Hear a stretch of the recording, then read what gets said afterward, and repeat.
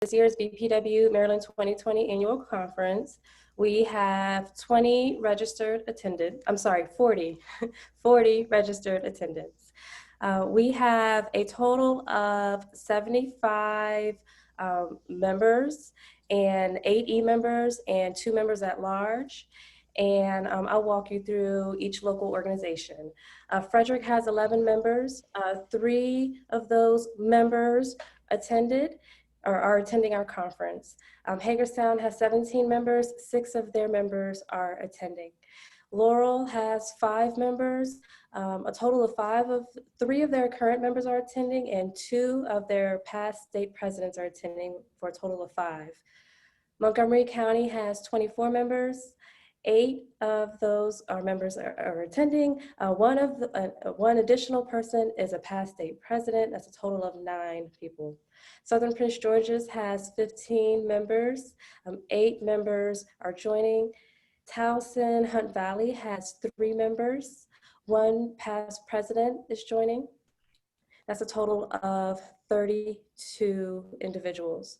We also have 2 e-members joining, as well as 6 guests joining, for a total of 40 participants. Thank you. Great. Are there any questions on this first credentials and registration report? If so, just raise your hand. Should you have any questions, please send a chat message to Alicia, the registration chair. Oh, let's see. We do have a question here from Karen. I'm allowing Karen to talk. Good morning, Madam President. I did not hear Southern Prince George's report, but maybe I zoned out on that. Did you, was that included with the report? Thank you, Karen. Alicia, could you give those numbers again, please, for Southern Prince George's? Sure, absolutely, no problem. Southern Prince George's has a total of 15 members. 8 of those members are joining our conference today. Thank you. No problem. Thank you for your question. Thank you, Alicia, for volunteering to serve in this capacity. Good job. Thank you.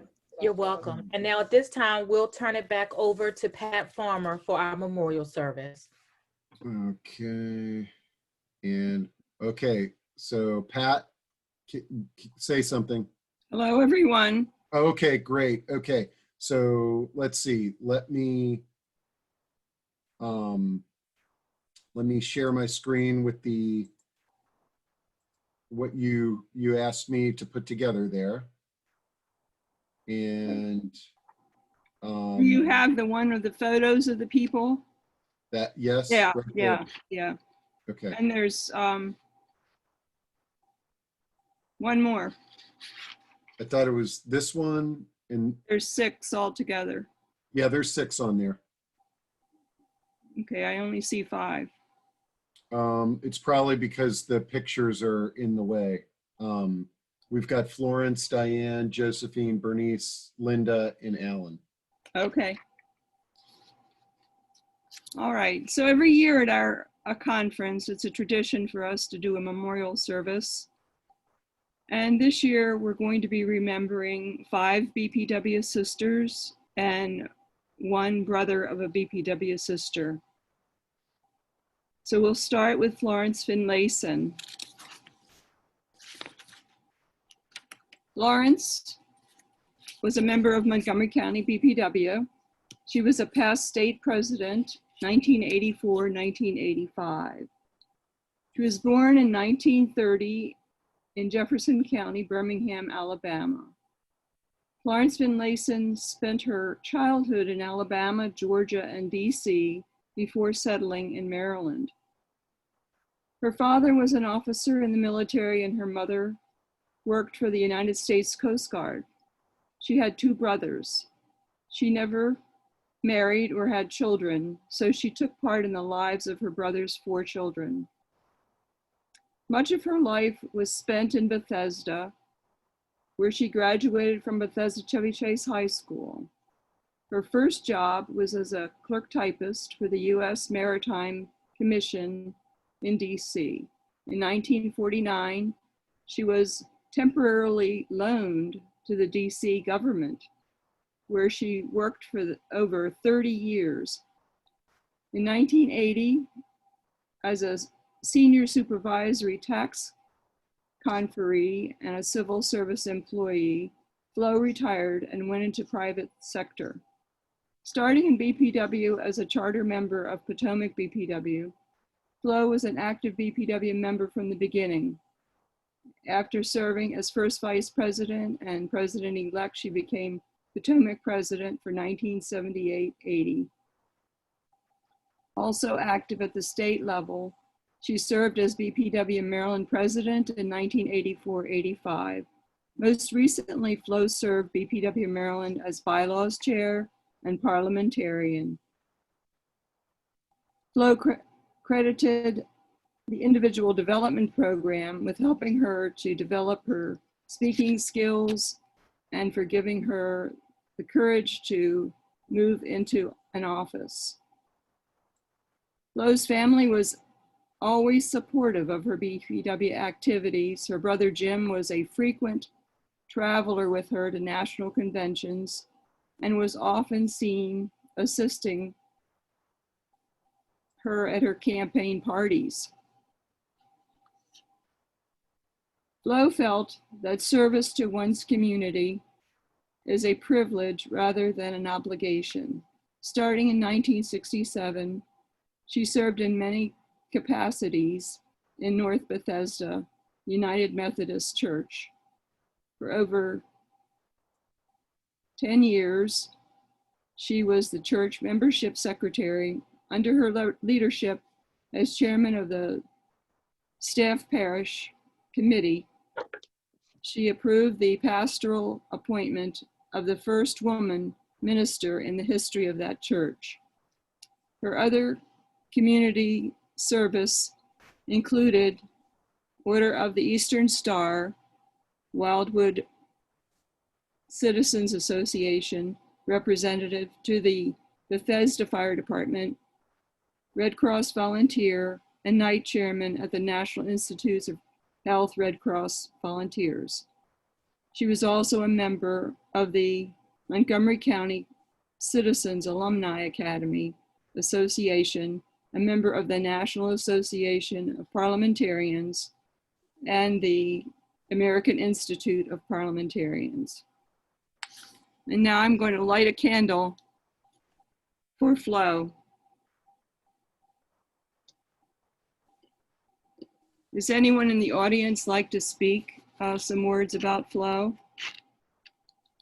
And if you'd like to say a few words, just raise your hand, or you can type it into the Q&A box, and I can read it.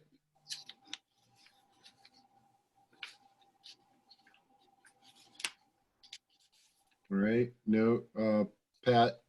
Okay. No hands seem to be raised. Okay, we'll move on to Diane Marie Ashworth.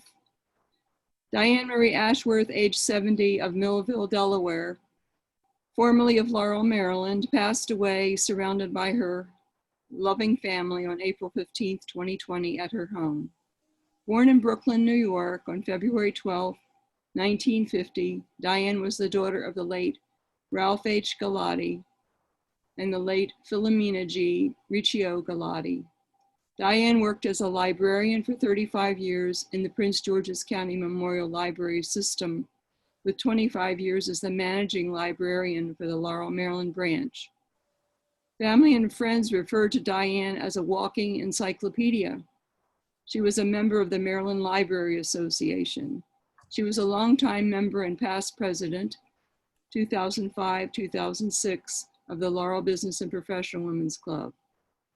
Diane's life motto was "Kindness Matters," as her kindness and generosity extended to no end. She was very active in several animal causes and was an avid Washington Nationals and Redskins fan.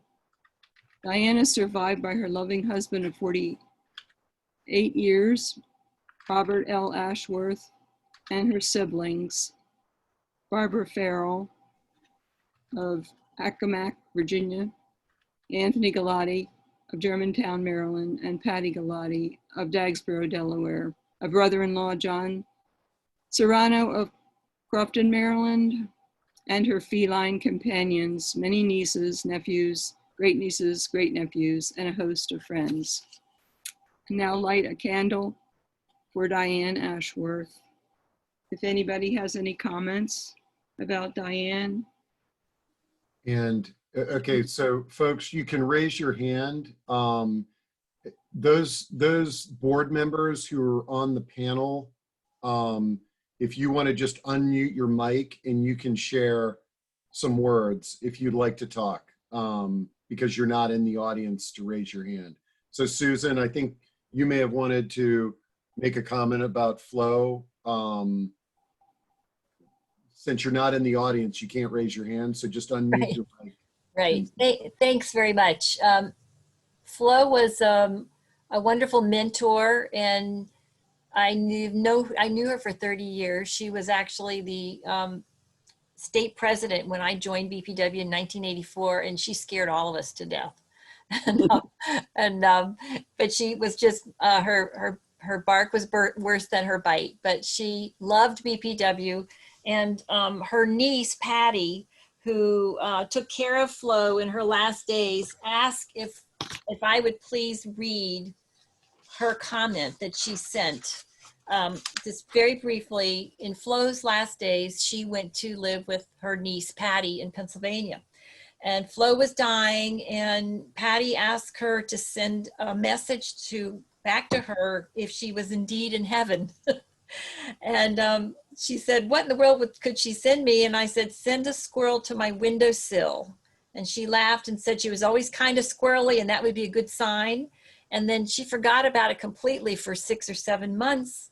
And she said then in July, she saw a squirrel peering in the front window from the windowsill. And she said they lived in this house for over 35 years and had never had a squirrel looking in the window. So she says, I smile every time I remember this happening, and I choose to believe she's doing just fine in her afterlife and found a way to tell me. So I just wanted to let you know what she asked me to tell you. Thank you. Great. Thank you, Susan. And then if anybody would like to make a comment on Diane, just raise your hand if you're in the audience. If you're a board member who's currently in the panelist section, just unmute your mic and share your story. All right. Pat, I don't see any hands raised.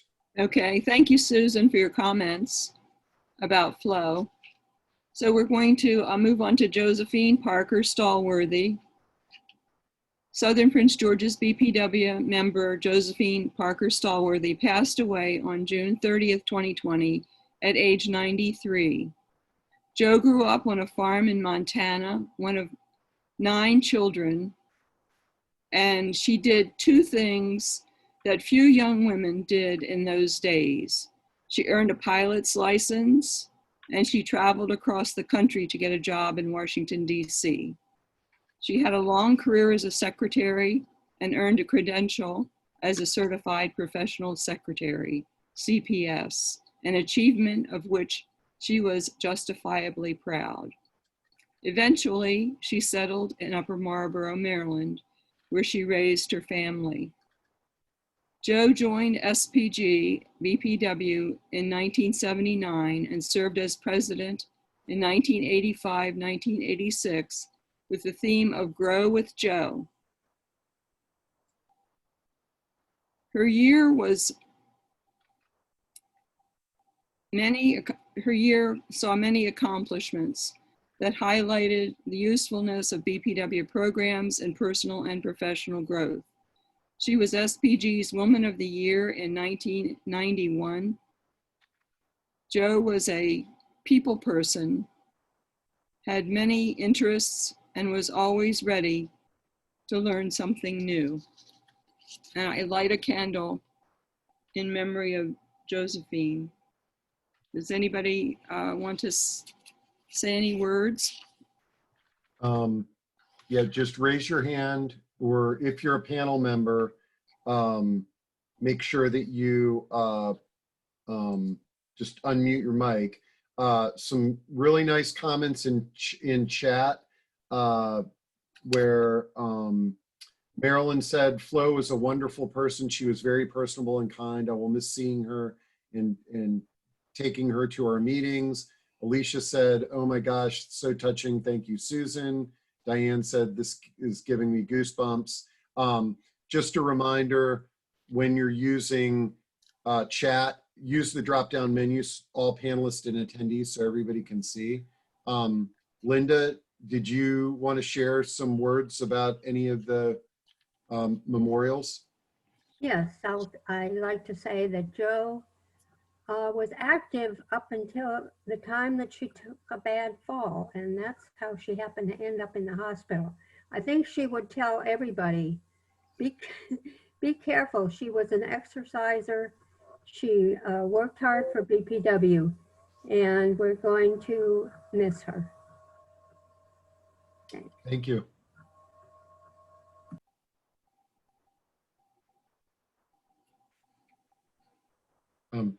Thank you, Linda.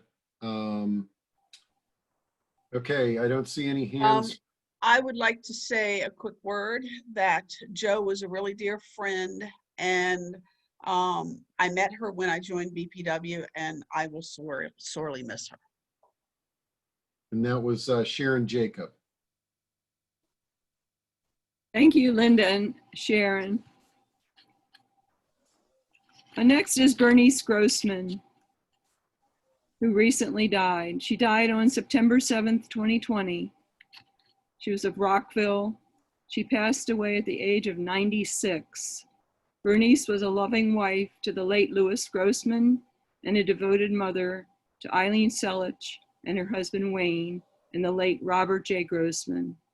Services will be held privately and a memorial will be held at a later date. Bernice Grossman was born February 1924. A midwife brought Bernice into the world in a house at 24 North Chester Street in Baltimore, Maryland. An only child, Bernice began working at age 13 at her first job after school and on Saturdays for Meyer Upholstery and Window Trimming. She worked for Epstein's department store as a bookkeeper from 1941 to 1946 for $16 a week. She attended all-girls Eastern High School in Baltimore and took bookkeeping and shorthand, which she loved, graduating in February of 1942. This was during World War II, and everyone was working for the war effort. Bernice wanted to join the WACs or the Waves, but since she was an only child, her mother said no. A few days later, Bernice and several friends decided to join the USO, and when she took the suggestion to her mom, she said, yes, as long as you let me know as soon as you get home, since I will worry. Bernice went dancing at every USO-sponsored dance at the Navy, Army, and Coast Guard bases in and around Baltimore. Bernice loved tennis, swimming, and dancing. She served as a hostess at the United Services Organization, USO, and met her future husband, Louis Grossman, a handsome man in a Coast Guard uniform, in 1945. He told Bernice, you had better give me your phone number because we're going to get married one day. Louis was from Rockville, and his family owned Grossman Brothers DGS grocery store on East Montgomery Avenue from 1920 to 1960.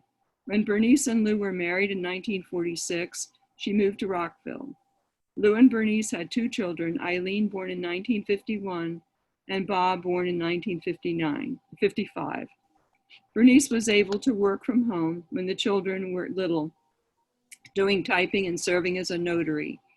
She sold Amway on the side, along with beauty counselor, just like Avon. Bernice lost her son, Bob, and her husband, Lou, within a few months of each other in 1997. Bernice had 5 careers. Her first job was as a bookkeeper in Baltimore. Then she worked for Montgomery County Health Department when she married and moved to Rockville. Her third job was with the Montgomery County Department of Public Works. In 1970, she entered her 4th career as executive director of the Rockville Chamber of Commerce, which she held for 24.5 years.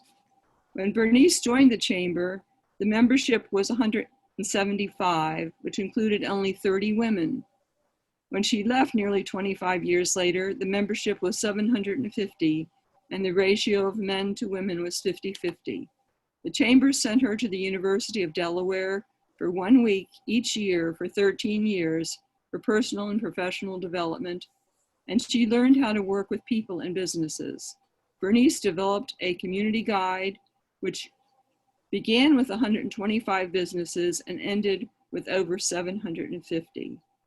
From 1994, Bernice worked full-time as an Montgomery College as the assistant to the alumni director. In 2007, Bernice received an honorary degree from Montgomery College in public service. She was an active member of the Kiwanis Club of Rockville and was honored as one of the first women to join 25 years ago. Bernice joined the Rockville BPW when it was chartered in 1969 and later was a member of the Montgomery County BPW. She was a loyal member and enjoyed BPW activities throughout the state. When BPW members and friends learned of Bernice's passing, there was an outpouring of praise and love for her as a member and friend. Here are just a few of the comments. We lost our beautiful, loving Bernice today. She was an amazing woman who lived her 96 years to the fullest. She was an exceptional woman, well-loved, and had a life well lived. As one friend said, there will never be anyone on this earth like Bernice. Such love and compassion for others. I'm a better person because she was in my life. Bernice certainly was one of a kind. Bernice touched my heart so deeply, both in her welcoming, energetic spirit, championing of women and women's issues, with her amazing life story, and with her wisdom about standing strong in leadership. She was a jewel. Bernice was an ardent and elegant advocate for women and for Montgomery College, and she was a wonderful soul. May Bernice's soul rest in peace. I now light a candle for Bernice. And while you're doing that, some really nice comments in chat. Marilyn shared, Bernice had such a wonderful and exciting life. I love hearing her stories about her adventures. My daughter and I have fond memories of Bernice. We really enjoyed attending her 95th birthday, and we're looking forward to attending more birthday parties for her. Rest in peace, Bernice. Bernice, you will be sorely missed by everyone who knew you. And Susan shares, as we remember this extraordinary woman may be inspired by Bernice Grossman's life of service, exemplified by love and kindness, her boundless optimism and energy to reach out and encourage and help those in need, serves as a challenge to all of us to be that beacon of hope and support for others in future generations. You made a difference in our lives, Bernice, and we are all better for you. Let's see. Mary says, I would like to comment on Diane Ashworth and Bernice Grossman. Both were beautiful ladies. And Mary, if you'd like to verbally share some comments, just raise your hand, click the raise your hand button at the bottom of the page. If you're a member of the panel, just turn your mic on. Linda says, I can't remember ever seeing Bernice without her dazzling smile. She was always looking forward to her next activity. She will be missed by many.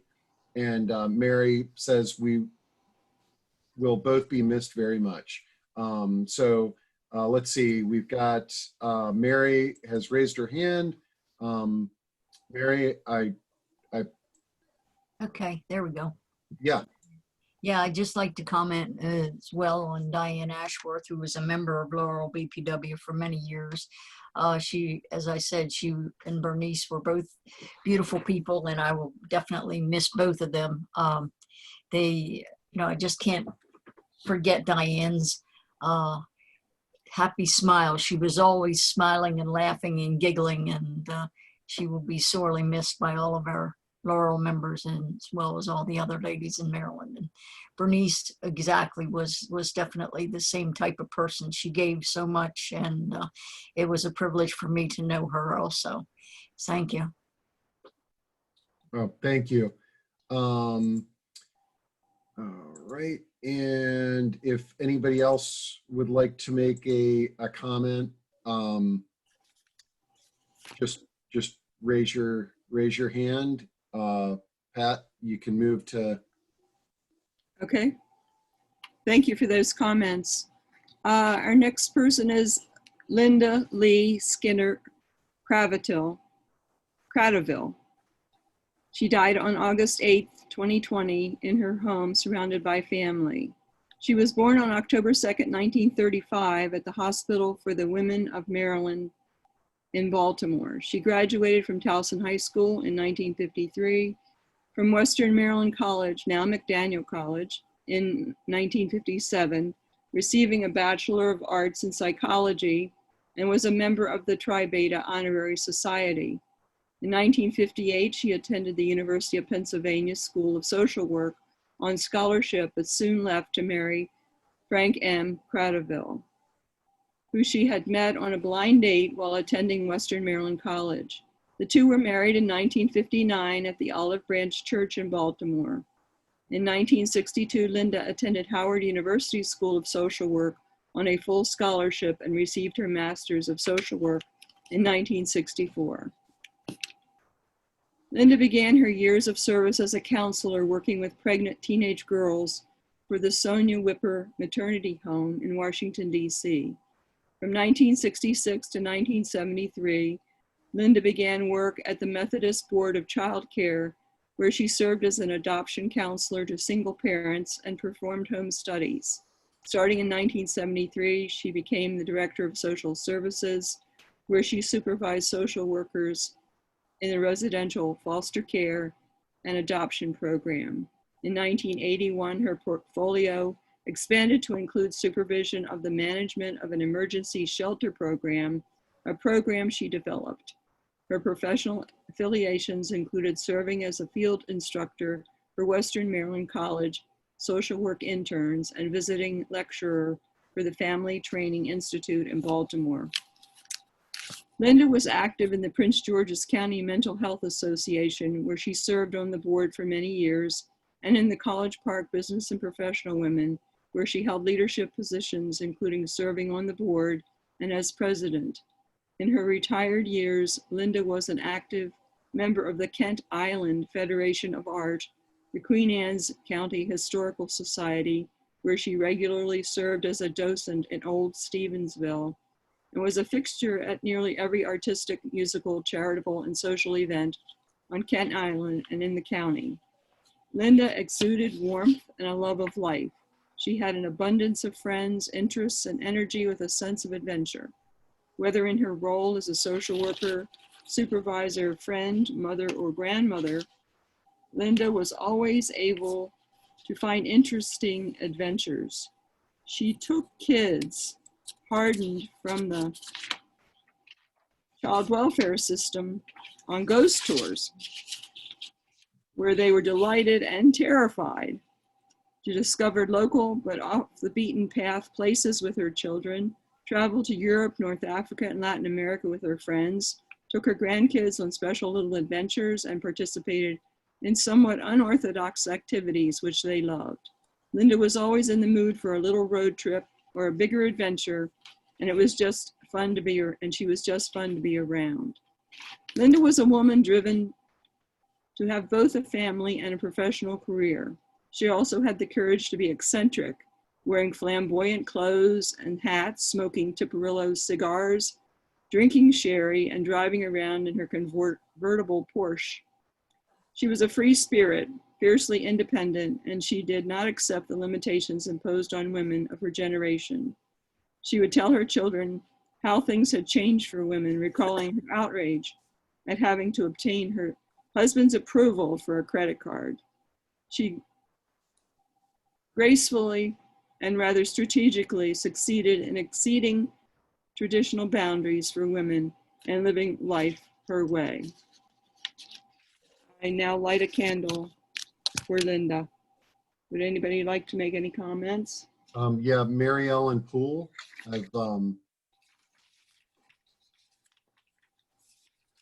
Mary Ellen, there you go. Hi. I wish you all could have met Linda. She was quite a woman. I met her in the early 90s. Sorry. I met her in the early 90s when I joined College Park BPW. She stood out from the beginning. As Pat said, she had an interesting life for adventure. And the one thing I can really say about Linda is she made you feel like the most special person in the room. She always was interested in what you had to say. She wanted to know what your plans were moving forward, whether it was fun or business or whatever. And she just walked the talk, I think, of a BPW woman. And that, again, she worked with pregnant teens. She worked with single parents, managed emergency shelters and mental health associations. And she loved BPW. So she'll surely be missed. Linda was a great person. Thank you. Thank you. Thank you, Mary Ellen. Steve, is it possible to put up Alan's photograph? He's up there. I still don't see him. Yeah, he's up there. He's on the Okay. screen. Yep. Okay. Next is Alan M.M. George Jr. He was the brother of Nancy Werner, our BPW secretary. These are Nancy's words. I was fortunate to have two brothers, William D. George II and Alan M.M. George Jr., and 6 beautiful sisters. We honored Bill back in 2017 as he passed away on April 24th, 2017. But it is with disbelief that we would lose Alan only 14 months later on June 13th, 2018 at age 77. Both brothers were our president and vice president of our family company, the Ironton Telephone Global Company. Well, she was over here with me earlier. They were our leaders in the development, all that we did as a family in the communication business and in our family land developments. But Alan took the reins with eagerness and determination to get us through the loss of many homeland lines. He looked to the future on how we could overcome and still function within the community. He had only begun the innovative plans. We called him Mighty Mouse for the double MMs that were really the names of our great-grandfathers. But we thought that this nickname was on target. He also farmed the land that once belonged to our grandfather, William, and our father, Alan Sr. We are talking many acres. He was always working. But on his death, we learned many unknowns. He was known internationally with a blog topic, his hobby, the 409 Chevy. He had a fleet of them. He raced them all along the East Coast. We learned that he was in the Hall of Fame of drag racing in North Carolina. He gave unselfishly to others within this auto world. We were dumbfounded. For a brother whom we thought we knew, he had a hidden side. Where did he find the time? But his legacy will continue to live on as he has bestowed much to each of his sisters to follow our passions. I am forever grateful for his gift that I may pass forward as BPW will always be mine. And I'd just like to add 2 other things. Alan served his country in the Army in Vietnam. And over the few weeks before he lost his life, Alan planted over 200 acres of crops. So I now light a candle for Alan. Does anybody have any comments they would like to make? Great. May I speak? Yes. This is Nancy Werner. I want to thank you and my BPW sisters in Maryland for letting me honor my brother. I wish you all would have known him. He was a character, as I shared with the Mighty Mouse nickname. But I think what I've learned from him, how you can be a silent partner and a benefactor to many, I'm talking many. For at his viewing, we had thousands. I couldn't believe how many people came, and they came all from Maine, from Florida, all along the East Coast, but as far west as Kansas, to give him to tell us what their stories were, what our brother did for them. It was amazing. It was astonishing. Now I understand why he kept asking me about what does this business and professional women's organization do, and what do you do for families? And I think that was the concept that I'm helping him to understand that helping families is what we need to be doing. I'm just impressed that he did so much. I'm still sad that he's gone. Remarkable man. So right now, our family company is being run by 3 sisters, my oldest sister, Pat, my sister, Sonia, and guess who else? Myself, as the secretary treasurer. And we're going to continue. We're the only female group in the United States of 200 independent telecommunication firms that still exist, and we're quite proud of what we're doing at this moment. So thank you everyone for letting me share my story about my brother Alan. Thank you.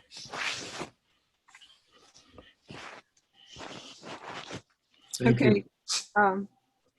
I just like to close with a poem. I know things are running a little long. It's the author is unknown, and it's called Welcome Home. To those I love and those who loved me.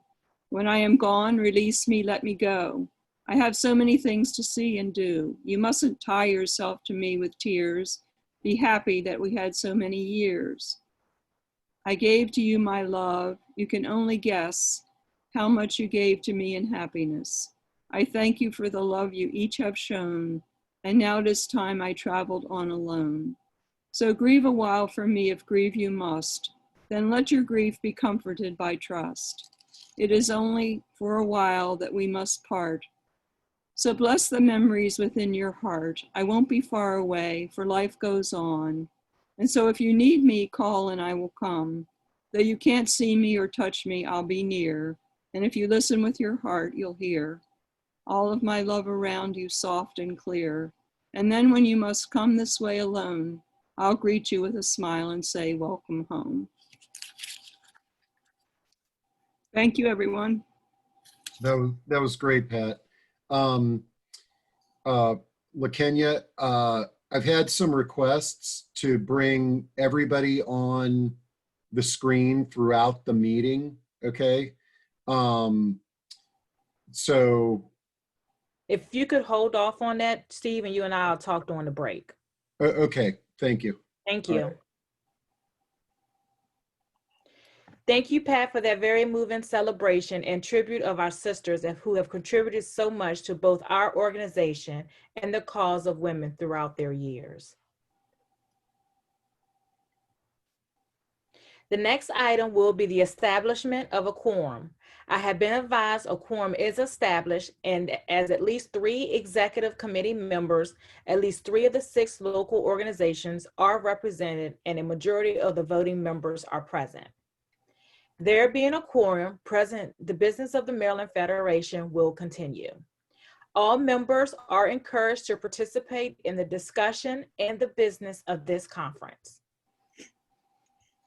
The next item will be the adoption of the agenda, which is located in your conference folder. This agenda is designed to make effective use of our meeting time.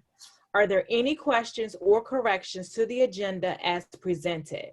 If so, please raise your hand at this time. And I would just remind everybody, raise your hand. If you're in the audience, raise your hand at the bottom of the page. If you are a panel member, board member, you just unmute your mic.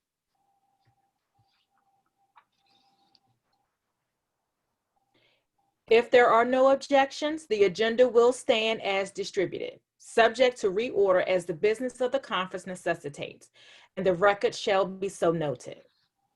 The next agenda item will be the Treasurer's Report.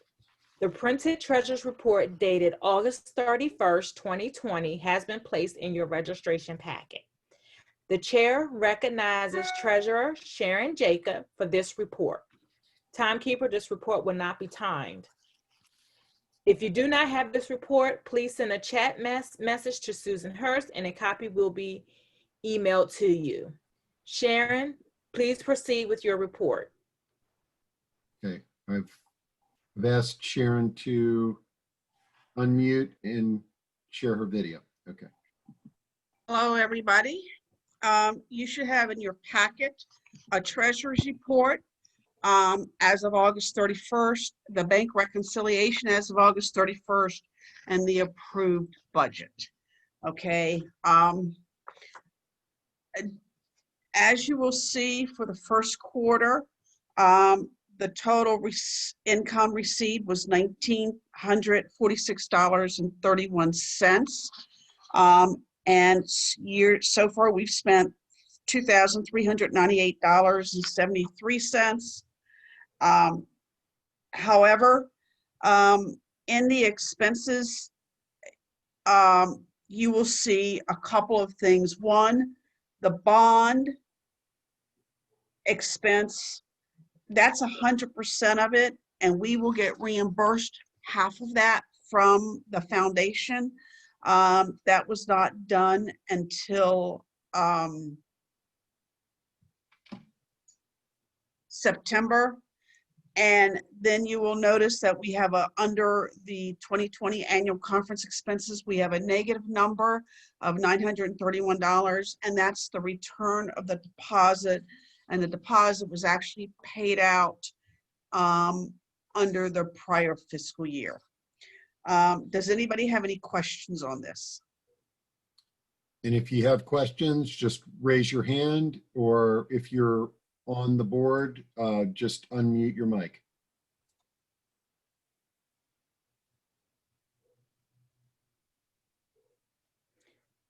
All right, hearing none, the treasurer's report will be filed for audit. We thank Sharon for her service to the Federation. This year's charity is the League of Women Voters of Maryland Education Fund. This 501c3 organization works to encourage the active and informed participation of citizens in government and to increase understanding of major public policy issues.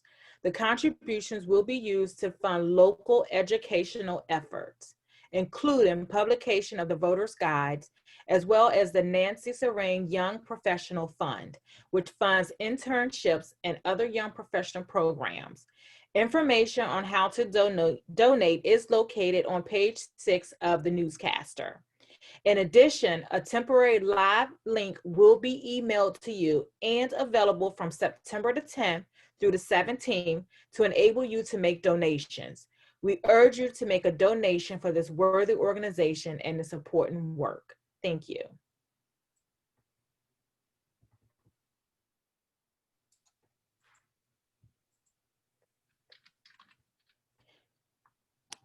At this time, Steve, I'm going to ask that we take a 10-minute break. Okay.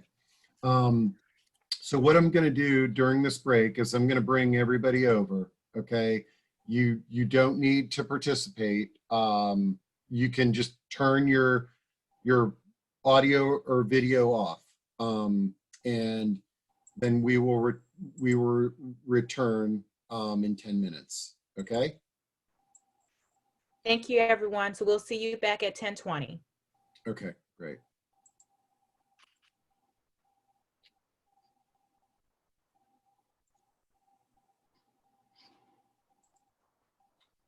Okay.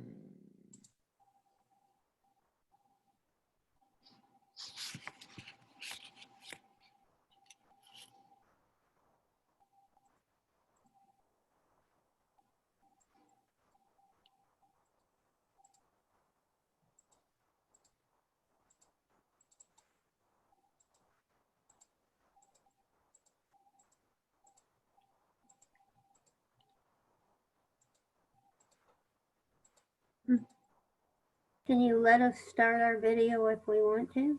Oh yeah, you just do it on your own. Once you're over as a panelist. Mine's Mine's not working. It says you cannot start your video because the Oh. host has stopped it. Here, hold on.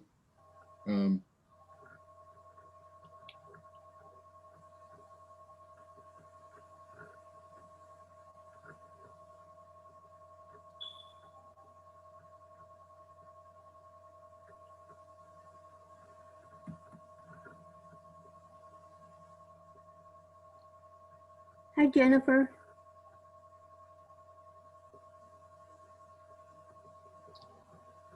Hi, Linda. How are you? Good I'm morning, okay. everyone. Good morning. It's nice. Good morning. Morning. And is Betty Abbott on? It looks like it. I see a soccer player.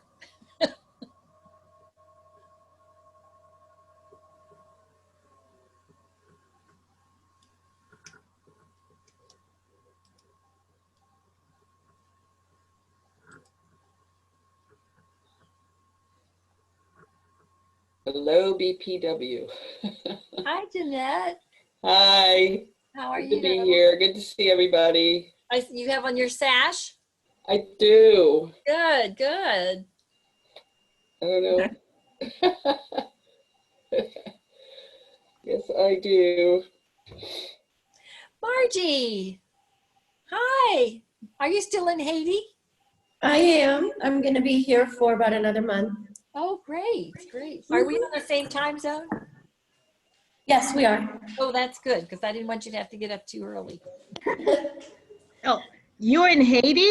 Where are you in Haiti? Are you in Port-au-Prince or Cap-Haïtien or Lembe or? Oh, I hear your accent. I'm in Port-au-Prince in Pellerin. Oh, wow. So how's the language? Oh, let me show myself, sorry. And well, my daughter wanted to see who was in Haiti, but I guess she doesn't want anybody to see her. Okay. Oh, yeah. What are you doing in Haiti? Well, I have a nonprofit organization called Les Etoiles in Haiti that helps fund women and education for children. And I pretty much live here about a quarter of the year. So I have a home here. Wow, that's terrific. Well, you know, reach out to me. I'll be very happy to help you because as you could tell, I'm from Haiti. Yes, I heard the accent. I recognize it. Thank you so much Bonjour. for all your work. Oh, please, I love it. It's the thing that gives me meaning in life. Oh, that's so kind of you. I can't see you though. Oh, I just put myself on there. Let's see. How many pages? We only have one page, right? Do No, we have two pages. Yes, I don't know what Two. page I am for you. I could see you. You're on my Oh, I first. see. Oh, hi, Marilyn. Hi, Margie. How are you? So nice to see you. I You're in participate- Haiti. Well, you know, usually when I talk to people in Haiti through Zoom, they have connectivity issues, but yours is perfect. Well, I don't know. I have Access Haiti. I buy, you know, the thing, and I never have any problems. The only problem I have is electricity and making sure I'm charged enough. That's all. Yes. Yeah, I saw your talk on Haitian professionals. Oh, yes. Oh, Yeah, I yes. participated. Well, thank you very much. Any feedback? Oh, no, I thought it was really good. I'm waiting to join that organization. We will welcome you. Thank you. You're welcome. I love your painting back there. Oh, yes. Oh, actually, I have like a bunch of Haitian paintings by Haitian artists in my house because I went to my sister's house in New York and she had all these beautiful paintings in her attic. And I asked her why, and she said, well, one day I'm going to do a showing of Haitian paintings. And I said, well, I've got all these walls. Can I leave them up for you until, so now she's going to have to come all the way down here to get them when she decides to do her showing. Yeah, good luck to her. Yeah, I'm sorry for the squeaking. I'm like the neighborhood dog place because I feed them. Oh. So they're all in here squeaking and playing, and so I apologize for that. Another sign of your generosity. No, happiness. It's what gives me happiness. So. Anyway, It was nice talking to you, and I didn't mean to dominate the conversation, so we give somebody else a chance. no, I think we're connected on Facebook, I think. Oh, If yes, not- I think so. If not, we should be. Yeah, right, because we need to continue talking. Yes, that is true. Okay, awesome. I'm Yeah. gonna check.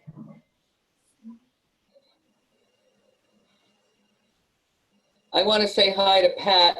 We work together on the newsletter, and I only get to see her at I only get to see her at the conferences. Right. So no hug this year, but oh well. Good to This see is you. Barb, and Good to it's see really good to you. see everyone. I'm sorry. Yeah, I see Barb Rycorn has moved to Hawaii. yeah, that's right. I'm tired of San Francisco. Francisco.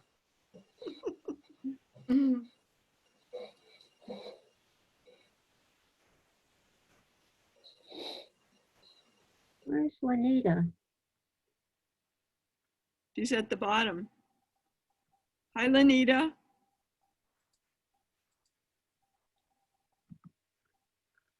She didn't hear me.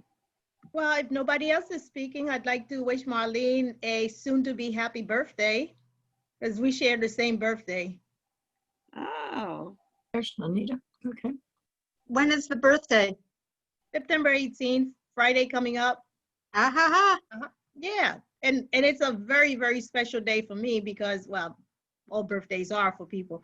But I came to the United States on my 10th birthday, so I'll be celebrating my 45th year in this country. I will be turning 55, of course, if you could do the math. And then I will also be celebrating my 27th wedding anniversary. Whoa. Wow. Wow. Yeah, it's a threefer. It's my first daughter's birthday too. Oh, wonderful. Well, happy birthday to her. All these wonderful Virgos. Yay. Yeah. I like this idea of meeting this way. It's not as difficult as, you know, going to a hotel and working around all the logistics for that. This is fun. This is, yeah.